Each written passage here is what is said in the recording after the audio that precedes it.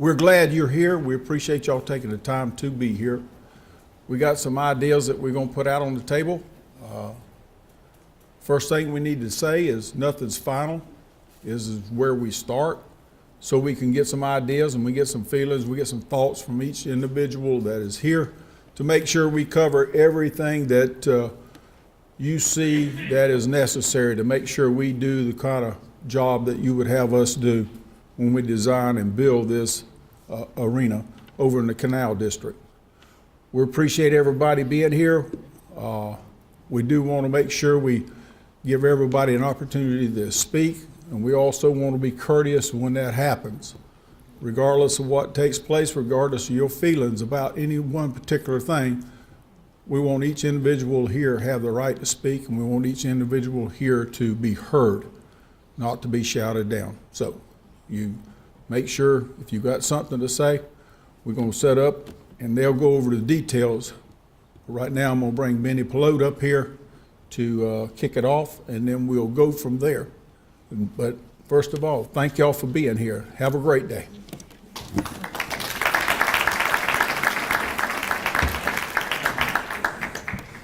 Mr. Mayor, I'd like to thank you. On behalf of this entire community tonight, I want to tell you I'm excited about tonight. I hope you get as excited as I am, because this has been years coming. As some of you would know, this happened over the last 15, 18 years that we have seen the need for a new arena. When that need came about, we decided on how could we do it, and we started a way of funding it through the SPLOST program. This arena is being funded through your 1 cent sales tax, along with those good people who come to visit this city. But this administration, along with the other administrations that was here previous to this, decided when all of these dollars are spent, we could not afford to let all of them go out of town. So in doing that, they came up with an ordinance and stuff of inclusion, particular inclusions for local firms. When they decided to look around and undertake such a massive undertaking with a new arena, they realized that they did not have a big management firm in town with the experience to manage such a project. So they went out with an RFP, but in that RFP, of course, the city manager and everybody else ensured that if you were going to win this project, you had to have some local teams with you who had experience, and that worked. That is one of the things that gave the Pelote Corporation an opportunity to be a partner, gave Green Line an opportunity to be a partner, which Monica is sitting here. Monica, if you would stand. And I'm doing that because I want you to know that your requirement of inclusion is working. So far, the city has let out 3 contracts. One for the program management, they have local team partners. One for the architect and engineering firm, they have local team partners. And one for the CM at Risk, which is the contractor who will build the project, and that company have a team project. So with all of the dollars being spent, they will start to have that money turned over in our city repeatedly by having local partners. Then from that, it will go into trying to hire as many local people as we can. I just wanted to share that with you because I'm excited about it. But while we're here tonight, we're here to talk about the arena itself.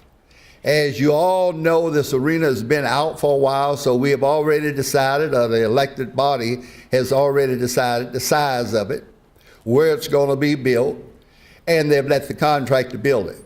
What we need you here for tonight is your input. Your input. They do not want to fully design it without having continuous input from the community. We have been out in the 6 districts getting input. And tonight is one of the nights that we want to finalize to see exactly what you want in the arena, how the arena should look and finish. So what we're going to do tonight, the architects will come up and have a presentation. We'll take you through everything that has been going on step by step, and then we'll break up into 2 sides. We have some visual props for you over here to the right and some to the left. So for any questions you would have, any questions and input you would have. We have people that answer those questions for you, and we will want your input. We want your verbal input, plus we have cards. We want you to write your input down. So with that, if we got, Denise. Denise is our partner here. Denise will come in and follow up with exactly what we're going after that. Denise?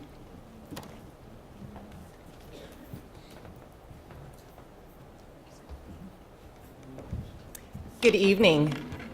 It is wonderful to see each of you here tonight. My name is Denise Grabowski. I'm with Symbiosity, which is a local urban planning and design firm, and I'm a member of the Perkins+Will design team. I'm going to get us kicked off this evening really talking about how we've gotten to this point through our community engagement process, because that is such an important part of this entire process and really lays the foundation and the groundwork for the design of the arena.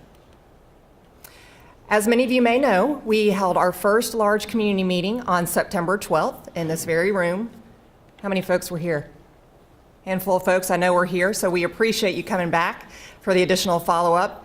But in addition to that community meeting, we've also held the 6 district town halls, and we have also hosted an online survey in which we have received over 1,000 responses back from the community about the design features that are important for you as members of this community.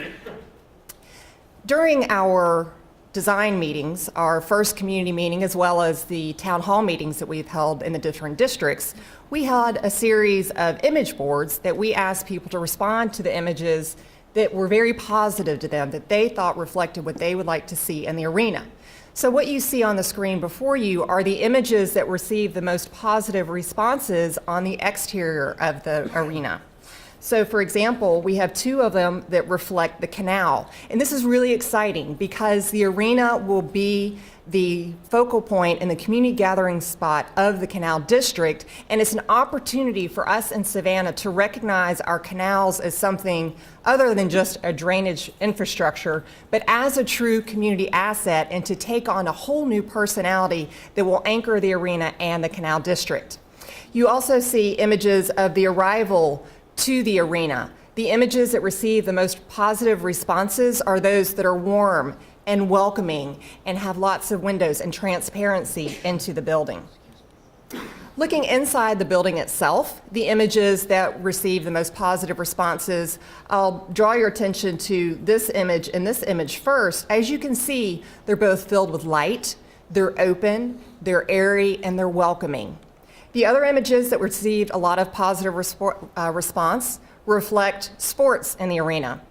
This also was echoed in the community survey. People are very excited about the potential for not only sports in the arena, but for a wide diversity of events to be held in the arena and the surrounding area. We also got a lot of input about food. Savannah's a great food city, and we want to see that reflected in our arena with local vendors and local food and beverage choices that reflect our character and reflect our sense of place. And then we also got a lot of positive images, this lower right-hand image, which reflects a couple of different things. State-of-the-art technology. We heard a lot of comments, again, through the survey and through the visual representation about the importance of state-of-the-art technology, as well as the deep roots of sports in Savannah as reflected through our Hall of Fame. But what's really important is what you told us in our face-to-face conversations, in the survey, and in the comments that you wrote down. So what you see here are just a few of the highlights that we heard from you in that first community meeting. That the arena should be a unique, memorable space for Savannah. This needs to be a destination point, inclusive of the community around it. I can't stress how important that inclusiveness has been, not only for Savannah, for this to be a place that feels like home, but for this to be a place that fosters economic development, that is sensitive to the neighborhood and the communities around it, and is a place that Savannah can be proud of. That it needs to be connected to downtown, it needs to be safe, and it needs to be accessible by many modes of transportation, whether you ride by car, by transit, by walking, by bike, or by the canal. It needs to accommodate those with special needs. We know we have to meet ADA requirements, but our design team is going above and beyond, and we'll hear a little bit more about that this evening. Again, incorporating the traditional foods, we want to see that reflected in our arena. And this is an economic incubator, not only for the Canal District, but Savannah as a whole. Looking at some of the responses from the community survey, again, we heard loud and clear that this is a place that should be for all. There should be diverse events, something that invites everyone to come. And if I had to sum up what we've heard through the community meetings, as well as the online survey, our town hall meetings, and our individual conversations, the three most important parts that we have heard about what's important for the arena are diversity, diversity in the people that come, diversity in the events that are hosted, diversity in the pricing, so that there's a price point for everyone. The second point would be that inclusiveness, that this is a place where all members of Savannah feel at home and welcome. And the third point would be a destination, that this new arena and the Canal District will be a destination not only for Savannah and our surrounding community, but for the region as a whole. So we look forward to hearing your additional input tonight, and I'll come back up at the close of the presentation to talk a little bit more about how we're going to do that. But really, I want to turn it over now to the Perkins+Will design team to walk us through the exciting stuff of the arena itself. So Ernest and Don are going to walk us through understanding the arena, the basic elements of the arena design, as well as how some of that flexibility that we heard that's so important to the community is reflected in that design. And then Marco will come up and show us the really exciting stuff of the three renderings that have been developed as concepts. And these concept renderings are going to serve as the foundation of what we want to hear from you this evening. We are going to ask primarily for your feedback on the exterior features of the arena.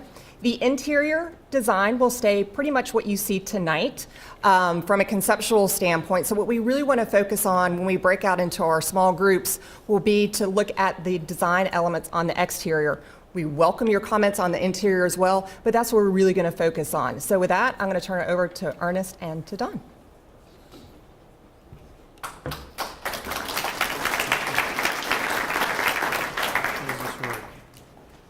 There you go. Okay, great. Good evening, everyone. We're really glad to be here, and we're so happy to be selected by the City of Savannah to get to design your arena. What we want to do is we want to just go through, we've heard a lot of feedback, and so we've got some preliminary designs, and we want to show you how we've incorporated a lot of those ideas. We're really guided by four principles that we've developed over a lot of the time that we've been seeking feedback.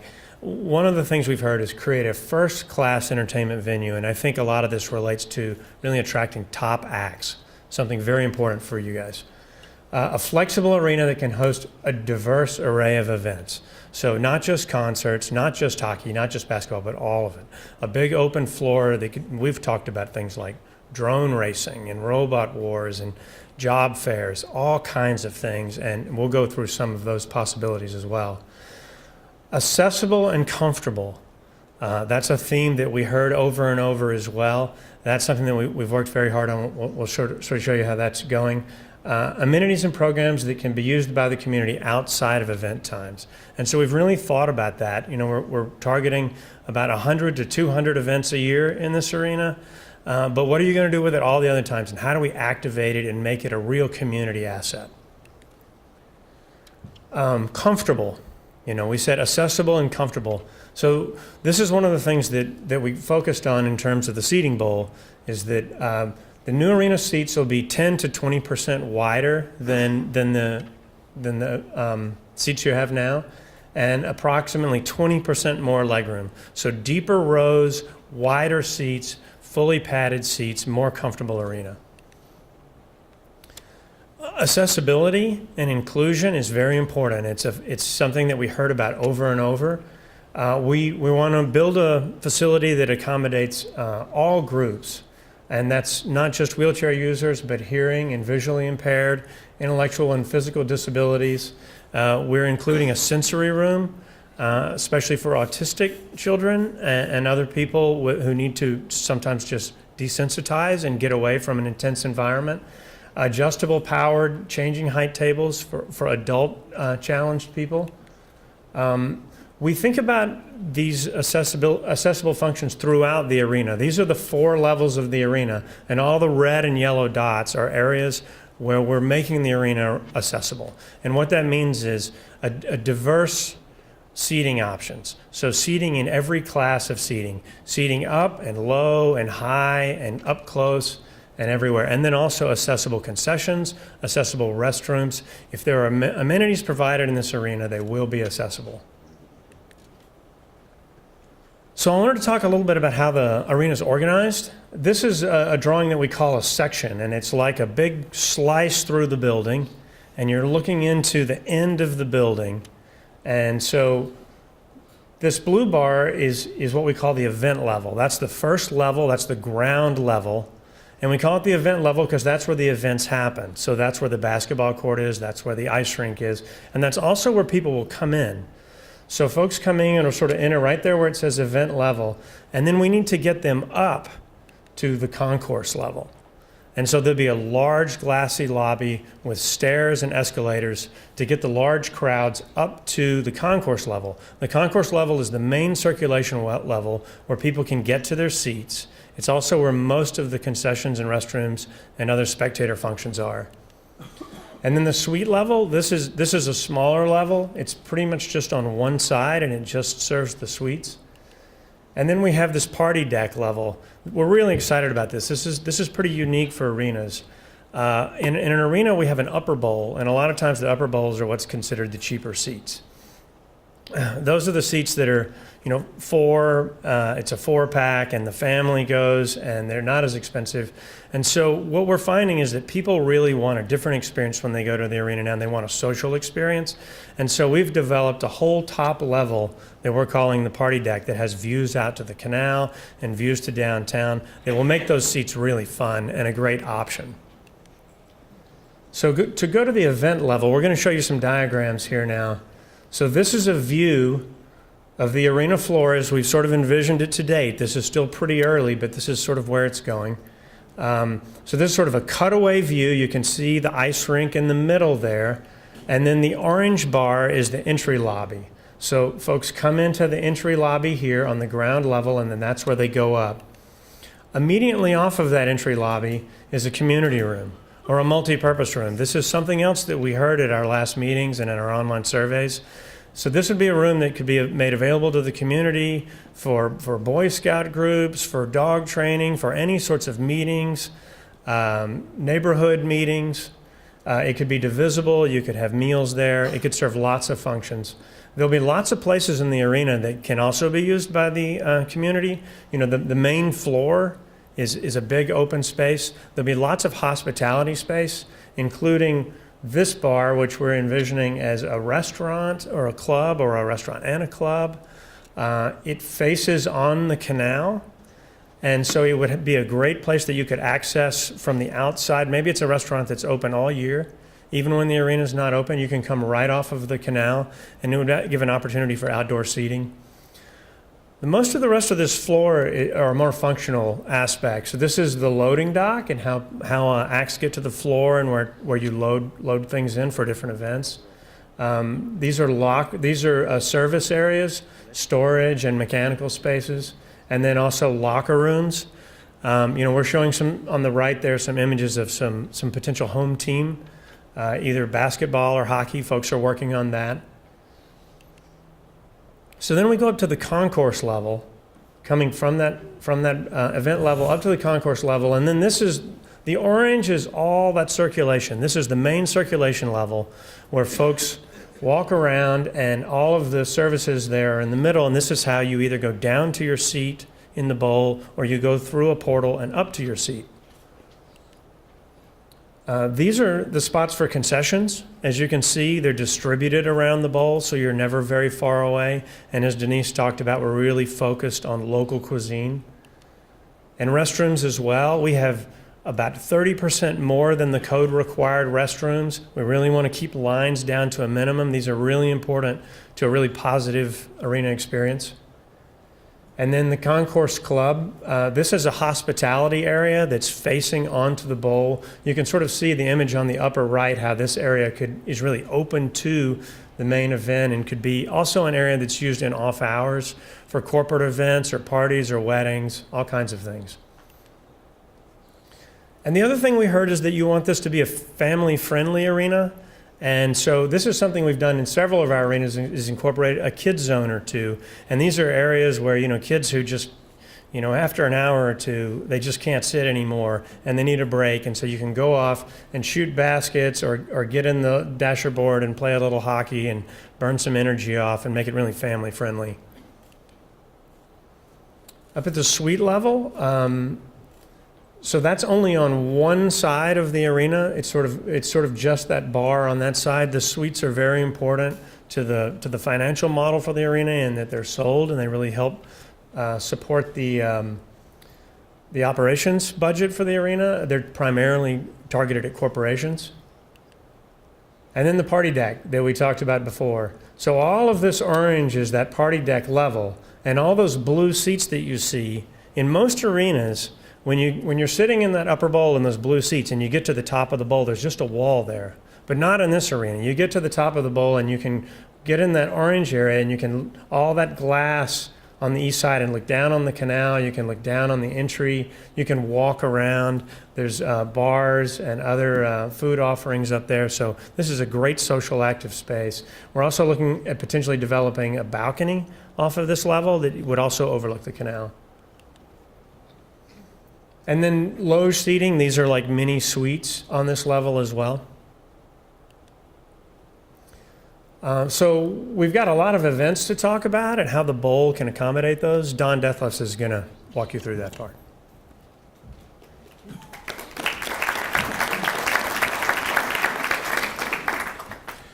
Okay, we're going to talk about the bowl, and I think one of the things we heard over and over, and one of the things we have really concentrated on our arenas, is to try to make them very flexible, so they're easy to set up. You can get the best events and you can get the biggest events.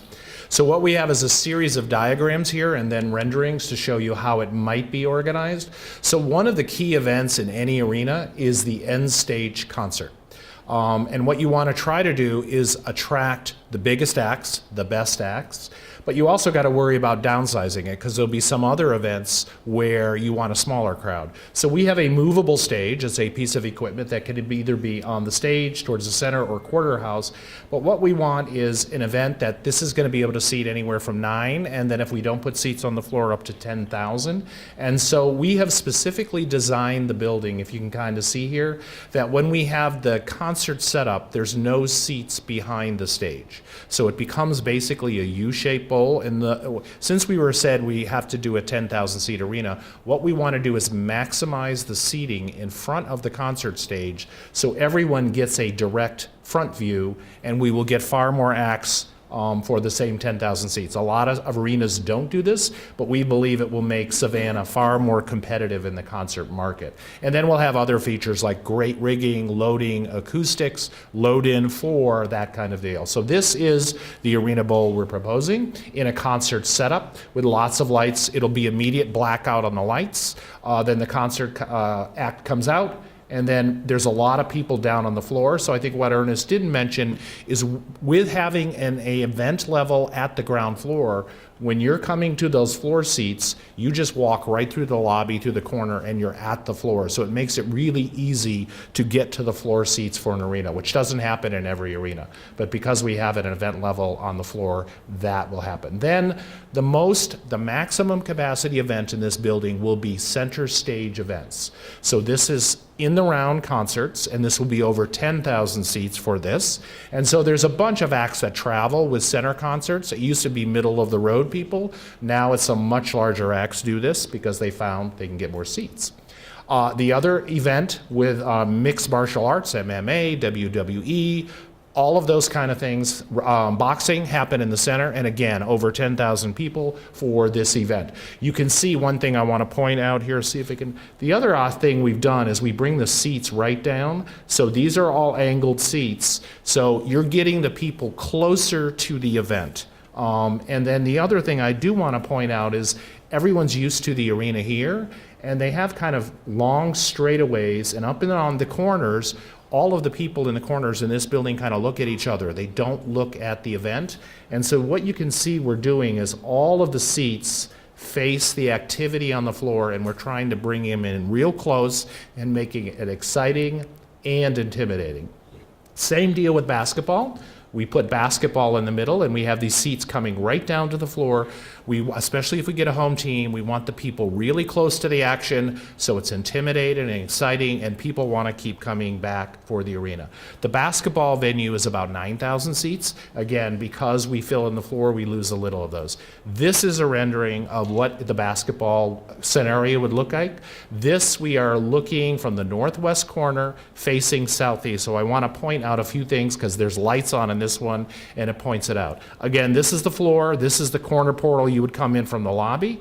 Then when the concourse goes all the way around here. So what we have also done is some arenas just open up the concourse. We don't like doing that because what happens is there's a lot of lights, a lot of curtaining, a lot of activity. So we kind of close off where the restrooms and concessions are, but then we take the opportunity in certain key locations, here, this whole side, over my shoulder, that there are open areas. So for instance, someone could be standing right here at a concession or bar or here and watching the event and not having to sit in their seat. So what we're trying to do is create this social environment. And then at the top, as Ernest said, as we have a club here, we have the suites here, and we have party level loge seats here.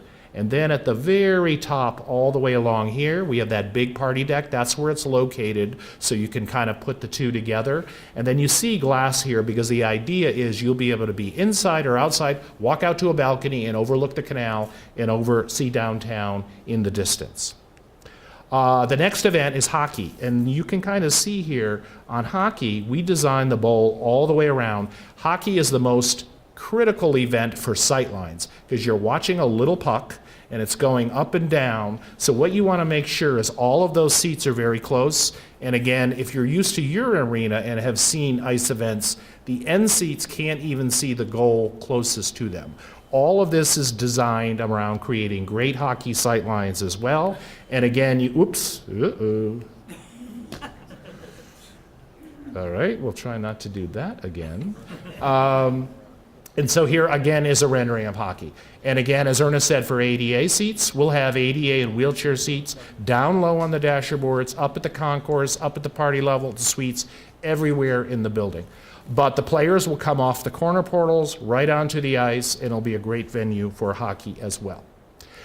This is an ice event that's different than hockey. This is Disney on Ice. They set it up as a stage, so smaller ice surface, it's like a stage. So again, you don't use the whole end, slightly smaller capacity, but really intimate seats because we want to get them very family oriented. The other thing are turf sports layouts, arena soccer, arena football, and arena lacrosse, where it's basically the same size as a hockey rink, and we have all of those events, so same kind of deal as hockey.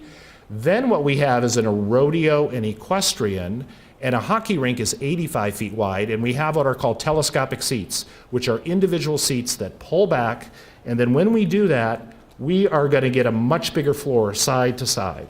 So from here to here is 120 feet. You got this big open floor you can do anything on. And one of the things we will want to do is rodeo and equestrian, and that we will have the ability to bring in dirt on the concrete floor. So you're seeing dirt over the concrete floor here. We'll have these kind of events. But other dirt events that we think are really important and people enjoy are monster truck layouts. Of those kind of events. Motocross will happen in the building, big job fairs, we could do trade shows, all of those kind of things on a big flat floor. And then we also have wrestling. Wrestling tournaments are a big deal, and we want to bring them into town with tournaments, and then we can have 8 mats on the floor, and then we can also have center if we want, but we want to do the tournaments with 8. And then there's the old style circus, which people used to love, but Ringling Brothers and Barnum Bailey's gone. The Shriners still do this. So we could do this kind of circus, But more and more in arenas, we're doing this kind of circus. Traveling Cirque du Soleil to create, it generates a lot of revenue for a building. People love it, brings a great experience. Normally they're in Las Vegas, but they have the touring arena shows, and it really brings it to each town. And so we're excited about those kind of events. But again, what I want to say is we're trying to create the most flexible, best mid-sized building in the country that just brings all of these different events that you've never been able to get in Savannah and will be able to for the first time. So now I want to bring up Marco, and he's going to talk about our 3 design ideas, potential ideas for the exterior.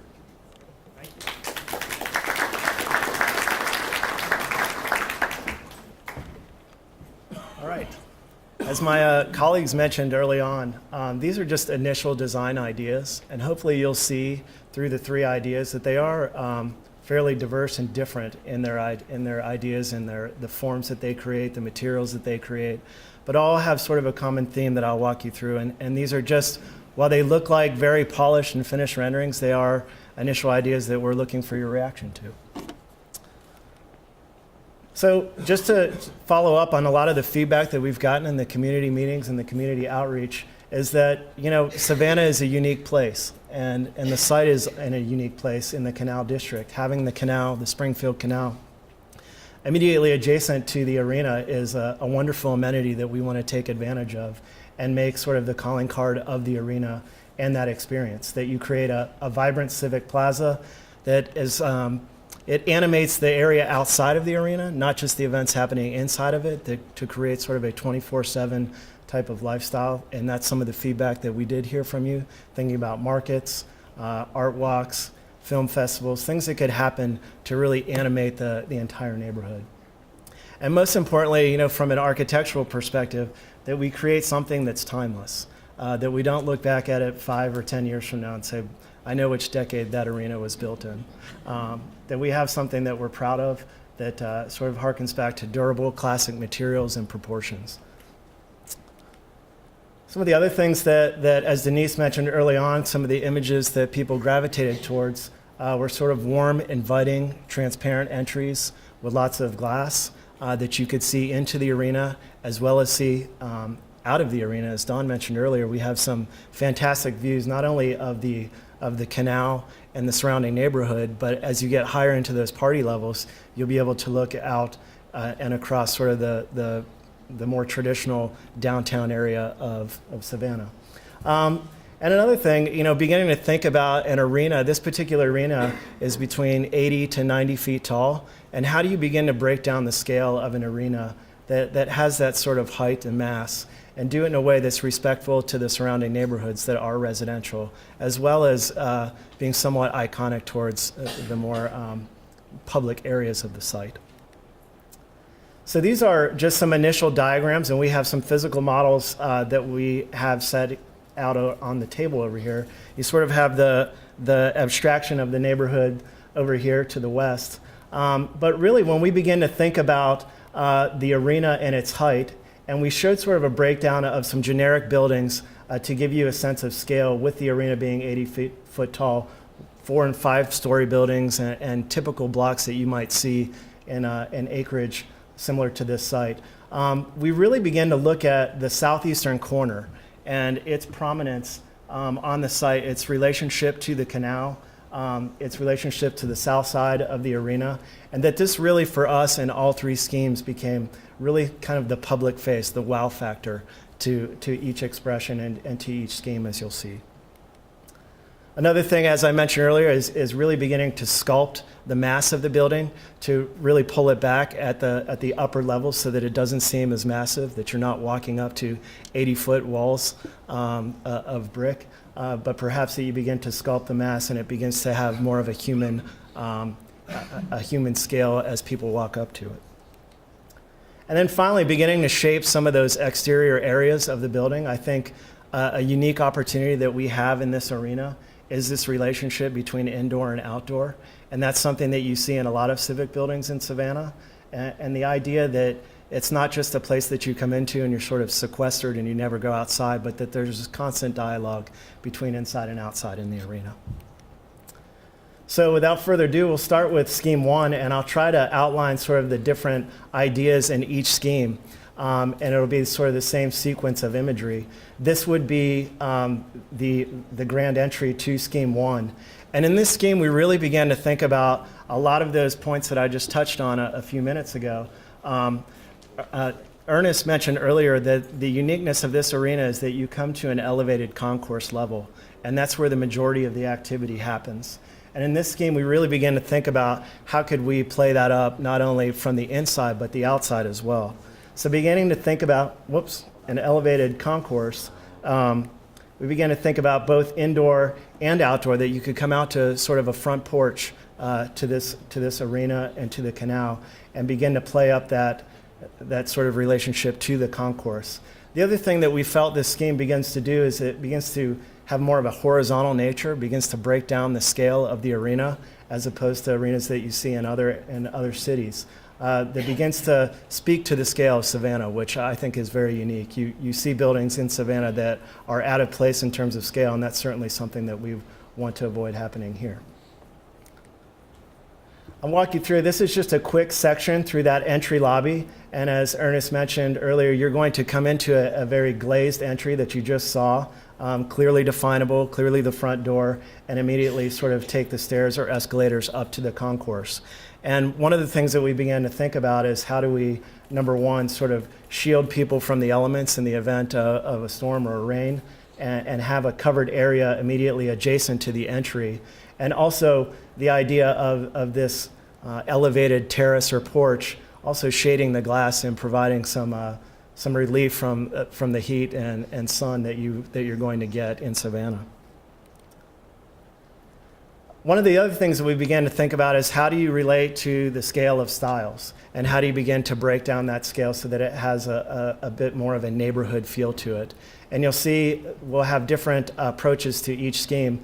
In this particular one, we began to think about the idea of using brick, a traditional material that you obviously see in Savannah quite often, and begin to think about this idea of a durable material that is familiar but used in a somewhat modern way. And then finally, really beginning to see that southeastern corner that we feel is sort of the wow factor within each one of the schemes, seeing the elevated porch, having this relationship to the canal that becomes unique to Savannah and becomes really a destination. Thinking about the planting in each one of these schemes, that there's a lushness to Savannah in terms of its foliage and its plantings that is not only beautiful but adds relief and shade to those that are around it, so that you're really creating not just an object, but you're creating a community and an area that could be very exciting and vibrant. So that was scheme 1. Scheme 2, we took a very different approach, and this scheme is probably more of the streamlined approach that's a bit more sleek, a bit more polished, and a bit more understated, I guess you would say.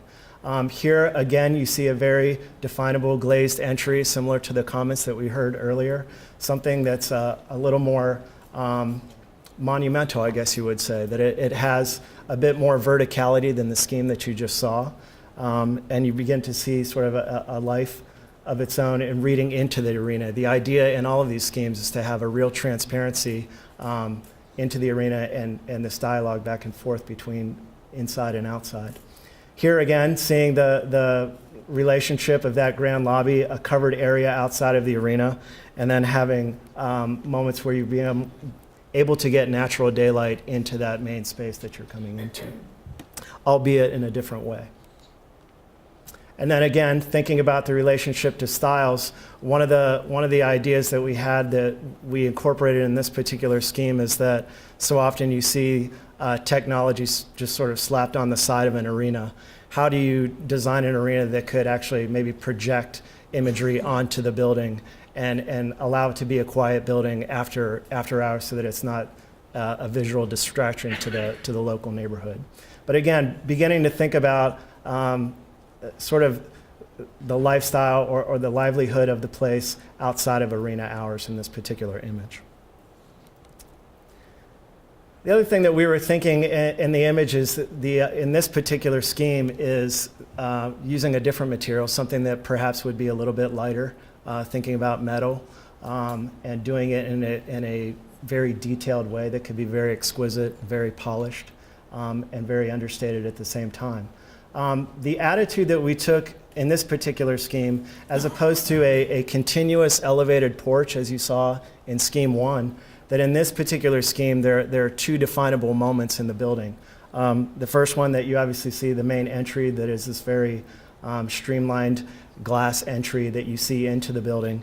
And then really beginning to group that concourse area and party deck area into one singular expression towards the canal side that's also looking out to the city, almost a portal to the city. And as you can see in this rendering, it becomes a very iconic shape within the site and within the community. And then finally, Scheme 3, we began to think about this idea of a trellis or an outdoor plaza that we heard in a lot of the schemes, and beginning to think about how can you define an area and almost make the building melt away so that you're not seeing it as an object, you're really seeing it as part of a community and defining the entire area, almost the background building in this particular scheme. Again, a very glazed front entry, a trellis that's 40 feet in the air that begins to extend out over the entry and begins to shade people as they arrive to the building. I think one of the things that we can all agree to is that the majority of the time it's a fairly intense climate here. And being able to walk up to a building and have shaded areas to enjoy, not just when you're coming for an event, but for those events that we talked about outside of the typical hours that you would have those. Again, you're seeing the section through here, that trellised area to the front of the building that's 40 feet in the air and extending out a bit further than the other schemes. A glazed front entry and then a covered porch coming into the building, and again, coming to that main concourse that we have in this particular section. In this scheme, as we began to play it out, we began to think about the idea of using concrete or precast. Again, another durable material that could be another way of cladding the building that would be different from the other two, thinking of masonry or metal. But beginning to think about this as a sturdy, durable building that has lightness inflected within it with this delicate metal canopy that we have, and then the glazed entry. And beginning to harken back to some of the architectural expressions you see with the bridge and a delicateness that you would have that could potentially pick up on a nautical theme, being immediately adjacent to the canal. And then finally, the view here from the canal, a very exciting, inviting scheme. You see the trellis that's sort of providing shade, becoming an iconic element. And in this particular scheme, it's sort of the most transparent and has the most glass within it, seeing into the arena and really beginning to develop sort of a very unique and engaging place that could be really exciting to come to.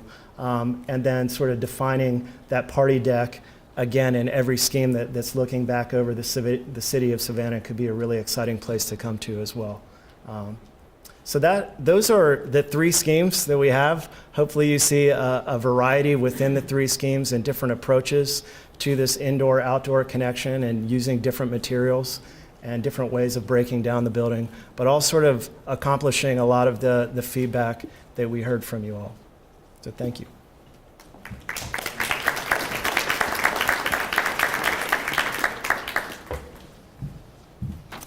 Okay, so that was a lot to look at and a lot to take in, and we know you need some time to look at it in more detail.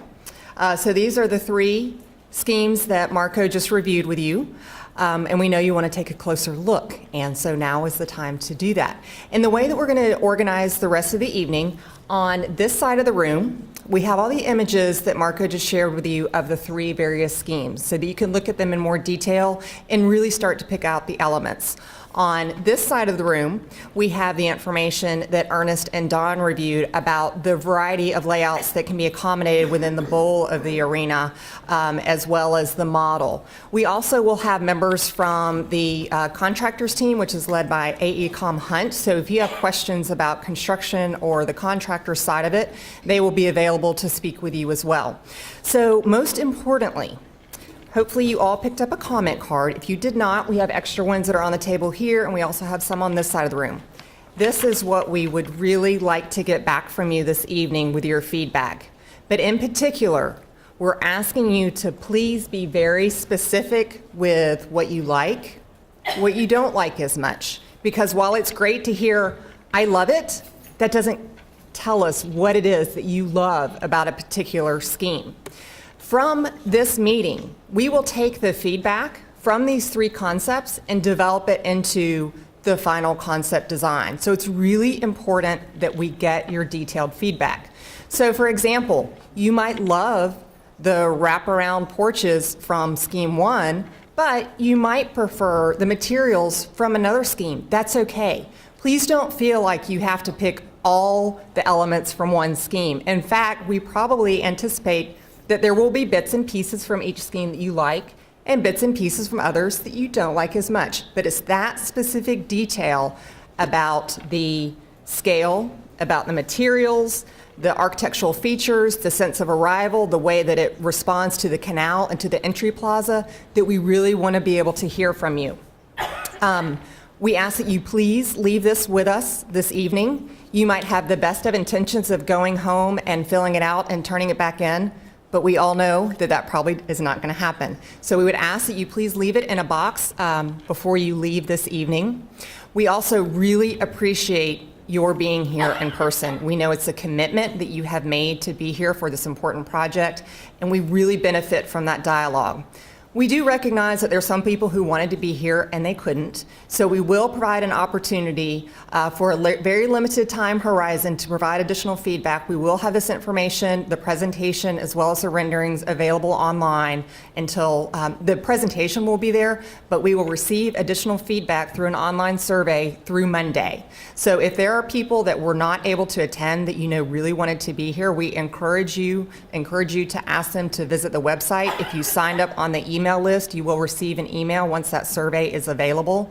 And the city website has all of the information available for you. So again, as you fill out your comment card, please talk with the members of the design team. If you're having trouble articulating what it is that you like about a particular scheme, talk to our design team because they can really help pull out those elements that we can make sure that information is recorded. And finally, we thank you so much for being here this evening. We will wrap up. We anticipated wrapping up around 8 o'clock. We'll stay till about 8:15 since we started a few minutes late. We thank you all so much and look forward to speaking with you more. Thank you.